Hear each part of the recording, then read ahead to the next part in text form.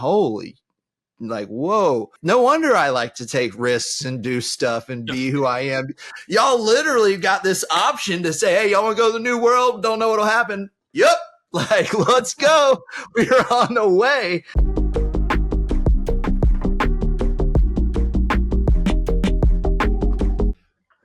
Micah, thank you for joining me for our Thought Leader Spotlight series. I'm your host over here, Matt Camp, head of partnerships at DealMachine. And on these, we really like to shine an industry spotlight on experts like yourself, hear your inspiring stories, and see how you see the world evolving. So really excited to welcome on today Micah Johnson. I know you are the CEO and owner of Collective Flow. You've had a diverse career, all kinds of things, including real estate. And really, you are known as the practical philosopher and author of the Human Manifesto. I love that your philosophy really centers on intentional living, self-honesty, tracking daily experiences to create desired outcomes. It's the goal there. And you coach busy professionals just on that. So, Micah, excited to have you on, man. Man, I'm excited to be here. It's great to see you. Yeah, absolutely. So we'll get into a lot of that. I mean, there's a lot of really cool stuff there to dig into that's just different for our audience, and will help them, just think about life in the world maybe a little bit differently. But before we get there, I'd love to start on the real estate side, specifically considering, hey, a lot of people watching this are into real estate, right? So can you tell me more about like your journey there, how you got into that space? I'd love to hear your background there. Yeah. So it's 2025. So I'm in my 11th year of real estate. In 2014, I was in the medical field. I was a surgical tech, and I'd learned how to sew people's faces shut, basically. Like, I could throw stitches and stuff, and I was really enjoying it.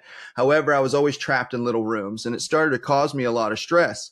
And this is where I started to learn I had ADHD. I'd never realized it before because I'd always done stuff that let me wander around and just didn't pay attention. And my family never would have believed in something like that as a kid anyways. It's just not what they would have thought. So, but at that point I started to realize, man, I need to make a change. And I was working with a therapist actually, and he was describing to him what I was feeling. He was like, yeah, it's definitely your job, man. If you got the guts, you need to make the change. I know you're making good money. I was making the most money I'd ever made at that point, but just did not enjoy my life at all. And truly HGTV. And as cliche as that is, I was watching a show on there, and just the way they interacted with the people, I'm good at that. I love that part. I enjoy working with people, talking with them. And I said, okay, I can do that. And I got my license, took the test, passed on the first try, and just showed up to the brokerage every day like it was a real job in a sense, man. Called anybody. I would talk to anybody. Give me something. And that got me invited onto the top team in the office, which was a foreclosure team. And it changed my life. I sold 29 houses my first year. It was just life changing, and boom, it shot me off. So got started as a realtor about 10 years ago. Built my own little team, had a cool little time for a few years, enjoying some success, and then transitioned to the VP of a brokerage. Actually, I got to train agents for a while. I sold houses to hedge funds for a while. So in my real estate career, I've gotten to be a realtor, an investor, a coach, all these different things for 10 years, which leads me to now I'm just my own personal real estate investor. It's kind of dialed back to my own life where I'm just at in that stage with it right now, where I like to mess with a few single family homes. I'm working on lots right now, moving those to builders. I'm based in Florida, and numbers on new construction are really good here right now in some areas. So that's how I'm here and how I got here. Love it. You mentioned like, hey, you were, successful professional, before you even got into real estate. We definitely have a fair number of people who are looking at that transition and trying to figure out like, how do I go from my current job or career assessment and get into this real estate thing. Do you have any advice there on, taking yourself back of how to make that transition, how to make that jump? Like, what are the things that made you successful as a newbie? Like, I'd love to hear that. Yeah. The way I did it, honestly, I would not recommend. The point I had gotten myself to in my career, where was I went to the hospital thinking I was having a heart attack, and it was a full-on panic attack. I was not okay. And I knew then, whatever it is I'm going to do, I got to do it. I got to stop what I'm doing now and do that. Whatever I decide, just point your superpower at it, man, and go. Like, make it work. I was actually talking to my first team leader the other day. because I'm getting ready to go speak with him, and he started his own brokerage now. The first guy I ever worked with. So he has a team, and I'm going to talk to them here in a couple of weeks. But I was talking to him, and he even brought that up, this very thing about getting started. He goes, Mike, I remember when I met with you in the restaurant when I invited you onto the team. I asked you, are you serious about this? And you just said, I have to make this work. I have a family. Like, I don't have a choice. This is what I've chosen. It will work. And I made it work, man. Like, I literally got into real estate with $5,000 and 3 months to make money and did it. Like, I did pull it off, but it was a lot. So if I could recommend someone that's in it now, spend time collecting data and analyzing it on the industry itself. Real estate is a huge term. There are a lot of ways to participate in it. Very few people are called to throw one section of their life away to devote themselves to it. Like, that is not a way everybody should do it. And I would recommend going slower. If I would have noticed I needed to change sooner in life, I wouldn't have had the drastic situation where my health was being affected by an old job. Yeah. So I don't recommend getting there. If I would have paid attention sooner, I could have done really simple ways. And I noticed it later of, oh yeah, that's how you do that. That's how you set yourself up. So that VP of, when I was the vice president of professional development for a brokerage, I had a lot of people come to me that way. And I told them, if you really want to be successful in real estate, you want to do it full time, you need 6 months worth of living expenses. You need to live in a space where you're not in survival mode, because you can't do really good work in survival mode. As much as you want to believe when your back's against the wall, you do your best stuff. That analogy breaks down at some point. Like, there's a back against the wall when you've already been successful, where you get to like really show up, right? Like, I think of Tiger Woods. I love golf, right? There's him in the Masters, the most recent Masters he's won, where all the stuff like, will he ever do it again? But he's already been successful, right? There's a back against the wall moment where you may never pull it off again, where you go all in. And there's other ones where, create a little more space. Do you think, is it just because you're in survival mode, you're making short-term decisions with short-term outcomes? You're not, like, why do you think that is, where it's like, hey, don't be in that position, right? Yeah, you just said it. You're solving short-term problems, but the issue is you're creating more later. Like, you're creating your problems to solve each day. In reality, we all are. Like, anything I figure out today is going to create a problem for me to solve tomorrow. It's just the nature of life. However, you can solve it in ways where they go longer. Like, solving that solution lasts longer before it breaks. And we've talked before this. My past, I was raised in a cult in the middle of the woods, right? Like, there's how far you can get before stuff breaks. It's really varies on where you come from, Yeah. So yeah, I have ADHD too and dyslexia. So if y'all see me loop on this a little bit, that's just my brain doing its thing. I'll be back. No, this is, I love it. And I appreciate you being so open with us on, we've talked about your history and background, and you've done so many different, professionally too, done so many different things at a high level that it's awesome to hear your life experience and how you frame things, in that perspective as well. On the real estate front, one last thing I did want to ask. I know when we met, it was right off of you had been working directly with a lot of just really high performing teams as well, like high volume, Collective Genius. We've had a lot of people who are members of that on this before, or had them on our masterclass before, Jason, Leon, all those guys. So being around those high performing teams like that, is there anything you learned there that would be valuable for our audience, of like how they operate, how they think? I'd love to know if you what lessons you could pass on to our people from that experience. Yeah, absolutely.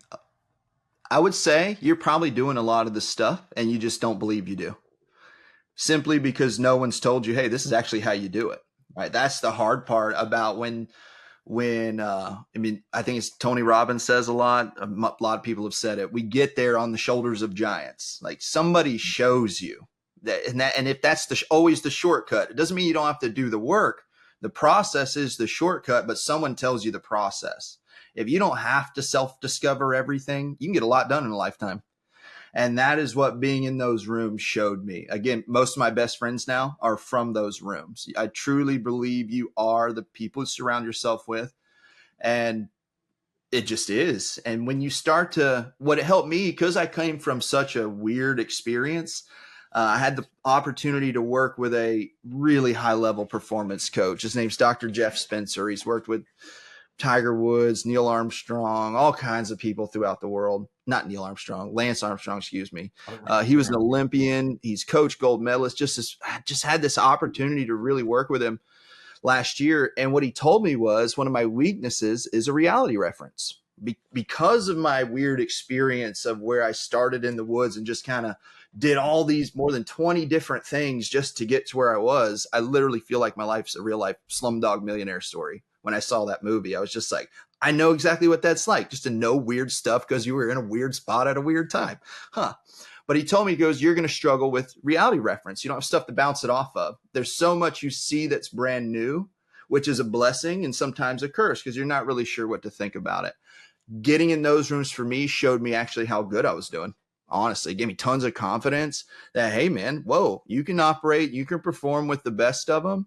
It's not an ego thing. It's you put in the work, you get to be in the room. Like that's the secret. Do the work. You want to be in the best rooms, do the work. You do that, you get in. That's what it showed me. I was on the right track. Doing the work got me there. Mm-hmm. Don't stop. And it's those little things each day. And the work is if I can simplify it for someone, it's the fundamentals. It's not the flashy, fancy thing. It's just doing the little things well every day. Yep. I love every time I talk to you, man, I always learn something new, but I get inspired and fired up and like just new perspective on how to think about things. And I loved your story last time on Motivational Minute, like what that was all about with your last team. Can you talk a little bit about that what that was about? And is there anything that our audience could take away from that? For sure. So that was a fun little project I got to do. So I was previously with a company where we sold data to large investors, and it was high quality for large teams. That's how I got into the Collective Genius. I was working with them, and I had asked the owner, hey, on every Wednesday, do you mind if I do a little 3 to 5 minute thing called the Motivational Minute, see if the team enjoys it? And so every Wednesday at 12:01 p.m., we'd have our huddle, and or we had it every day at 12, but on Wednesdays, I got this little moment each week to just kind of share what I was thinking about or recently working on, because personal development is my thing. I love it the most. You get that right, everything else goes right. And it let me talk about all these little concepts that I think about. And then it had real power. It changed. It was helping people. One of the employees that we had, her name was Jen, and she lived in Colombia. And she worked for us, watched what we were doing, and her dream in life was for her and her sister to own their own school in Colombia to teach girls. She figured out that she could wholesale this commercial building literally in Colombia. And one of the things I talked about, and one of the things kind of like gave her that, like, okay, let's do it. Like, let's just try it. Whatever, let's go. And she shared that with me after she had left the company. Like, I just wanted you to know, like, that was really this impactful moment for me.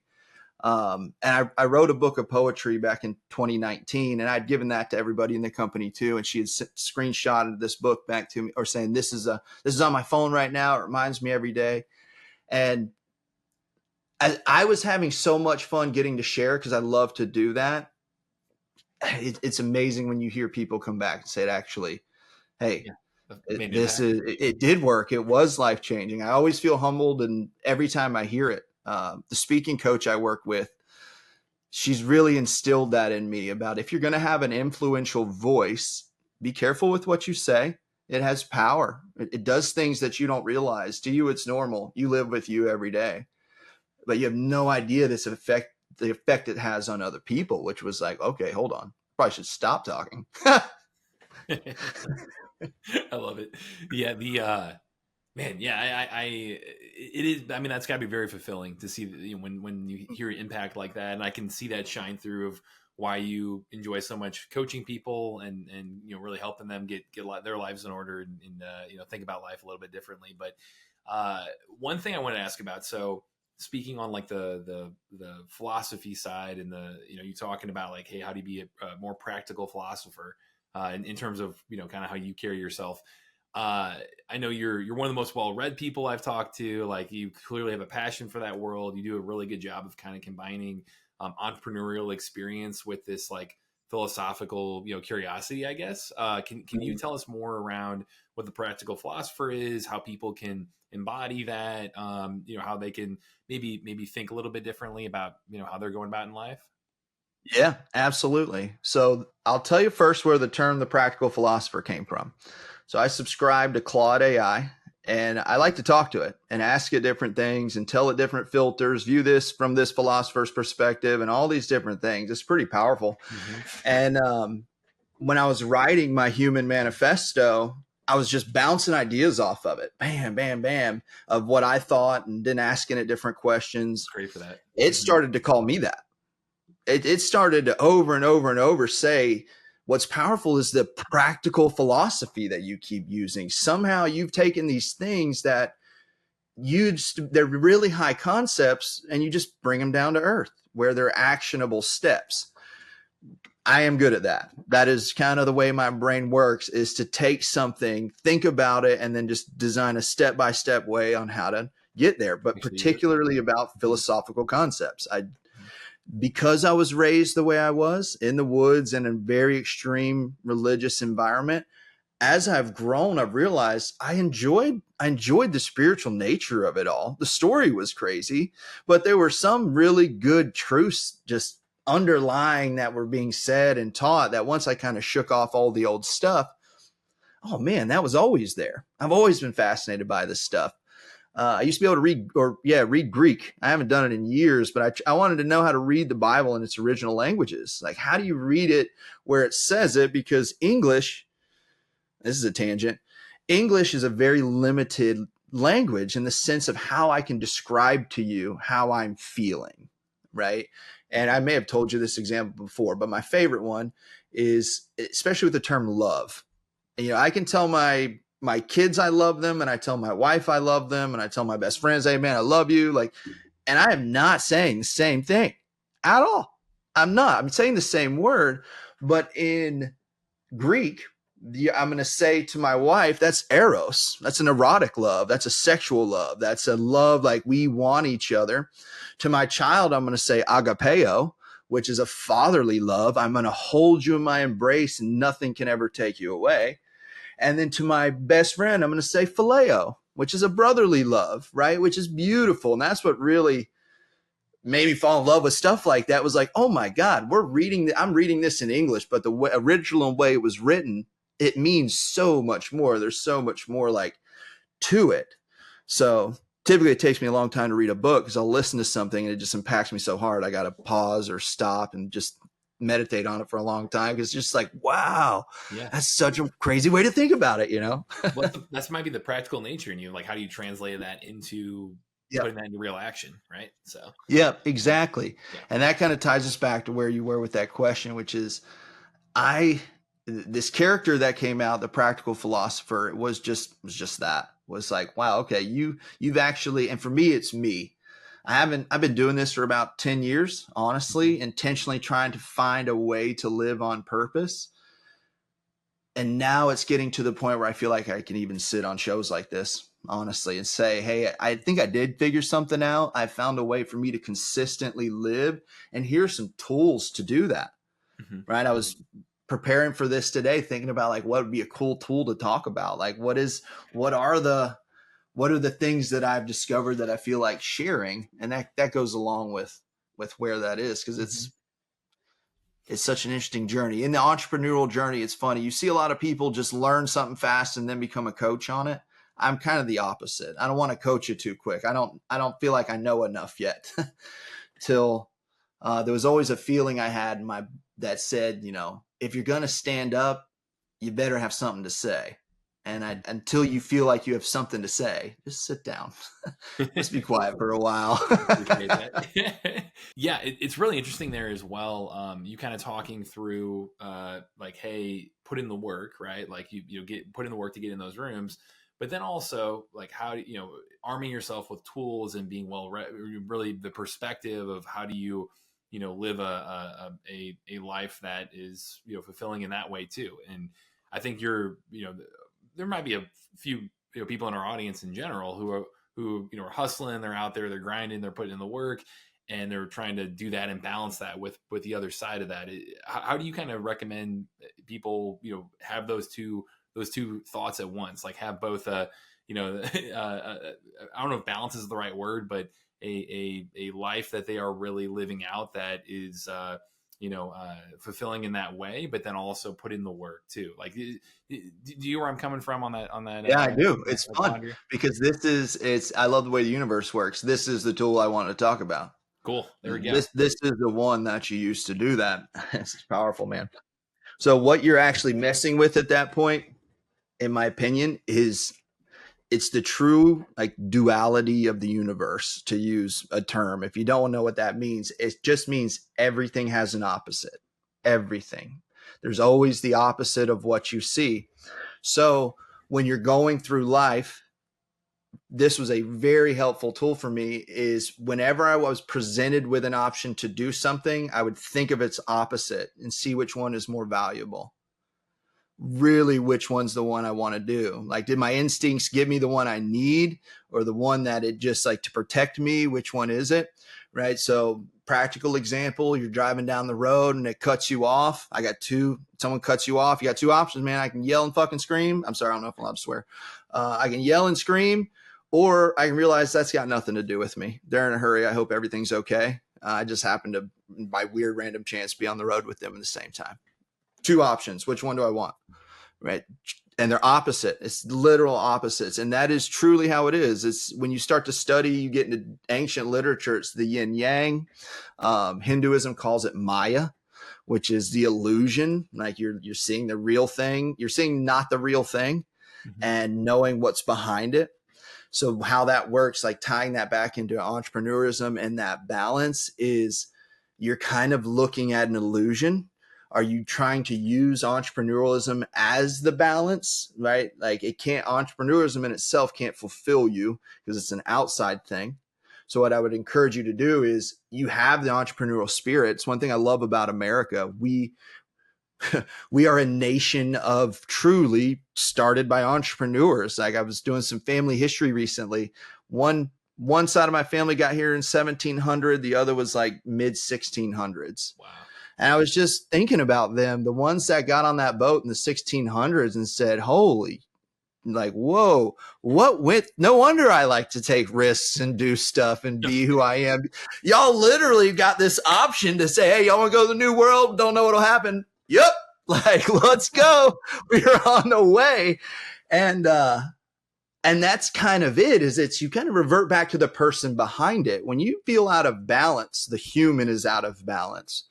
What you're doing may not necessarily be wrong. In my own personal experience, for a long time, I thought I was supposed to stop doing real estate. And I put myself through a lot of financial havoc by having that belief until relatively recently. I finally decided, okay, it's just something I'm good at. The universe keeps putting it in front of me to do. I'm not going to fight it anymore. And it supplies the living I want. Right. So it's okay. So how do I go about those tasks in a way that keep me balanced and fulfilled in the way I like to? And that's where you start to realize there's a bunch of ways to do it. And then understanding, what are you trying to do? There's a difference in trying to build a $1 billion business and build a company that's designed around your life, the way you want to live. Like, those are different goals. They're both fine, but we're gonna have to go about them different ways. So it's really understanding what is causing that rift there, and then how to put it back together. Yeah. Hope that makes sense. Yeah. This kind of leads into this too, because I know we talked about on previous calls and stuff, you talking about like that journey to kind of finding inner peace. And I feel like you've, had an extraordinary life story to get to that point. And I'm sure you're still working on it. Everybody is, right? Do you have any advice for people, going through that journey here too? I just feel like you have a unique perspective on that as well. Yeah. So I've come to the conclusion that inner peace is the thing I care about most. That is, above all things, that is what I want.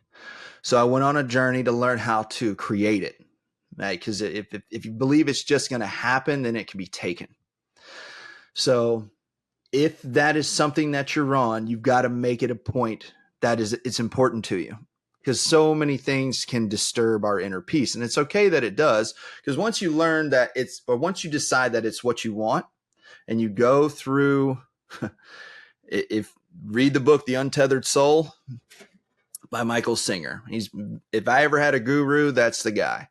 And it's really about how to start that process of living a life where inner peace is the point. But I promise you, it won't sacrifice productivity. Michael Singer became a billionaire not trying to. It's one of the most fascinating stories I've ever heard in my life. I just finished his book that tells his story again this week, just because it's so powerful in the sense of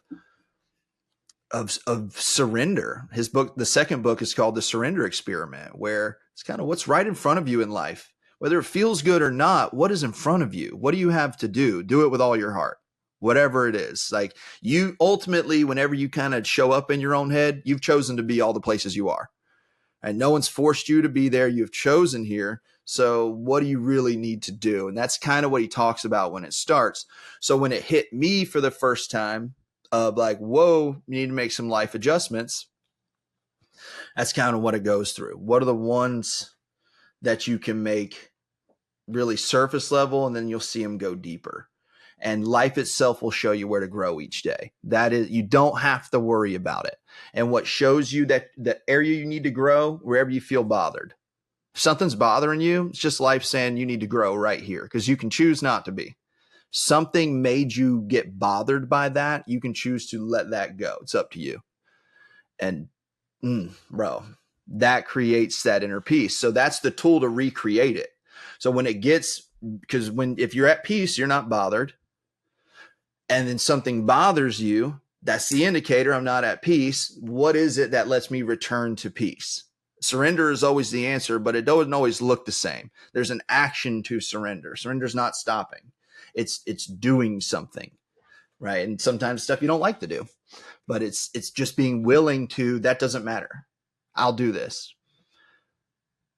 That is a beautiful road to travel. And it doesn't it's funny because when I think about spirituality and my journey of it, and I read a lot of stuff I read, you read the life of it's called the renunciant. It's the person who doesn't go into industry. Their goal's never to make money. It's never to be this. It's always tied to this. Like, they're looking for nirvana. They're looking for enlightenment.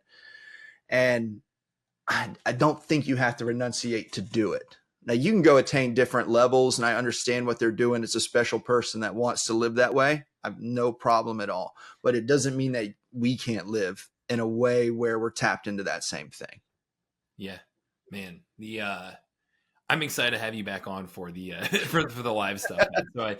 So this was awesome today. I will say I don't want to run too far over on you, but I know the one last thing I'd love to ask you about is I know you put out the Human Manifesto book, or I don't know how you would term that. It's a PDF. It's a short book. It's designed to be read quickly. There you go. Yeah.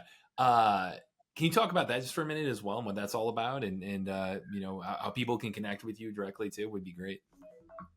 Absolutely. So I consider the Human Manifesto my first real work of art. That is what that piece is to me. I spent quite a bit of time on it, just going over it and over and over it, poring over it, thinking about myself for the last decade, heck, the last 4 decades, just really trying to understand what I believe, what I think is helpful, and how I go about my daily life doing it. That is where that comes from. So it's really geared towards, if you have a desire to, I call it being human on purpose, you want to use the real skills we have, it'll help you there. If you want to get a hold of me, you can follow me on Facebook. That's where I'm most active. But I'm on Facebook, TikTok, Instagram. And then on my website, you can go to thecollectiveflow.com. You can learn a little bit about me. Sometimes I put some new writing on there. Like I said, I got ADHD, so I kind of bounce around whatever I'm feeling that day. But you can reach out to me about coaching, speaking. There's a lot of things that I do just to give back, man. Amazing. Well, we'll link to all that below. We'll link to the book as well, if that's okay. Please, yeah. Excited for our audience to get more involved with you, and again, really appreciate your time here, Mike. Absolutely, man. Thank you so much for the invite. It's a pleasure to be here. Yeah, absolutely. And to everyone watching over here, is Matt Camp with DealMachine, and happy deal finding.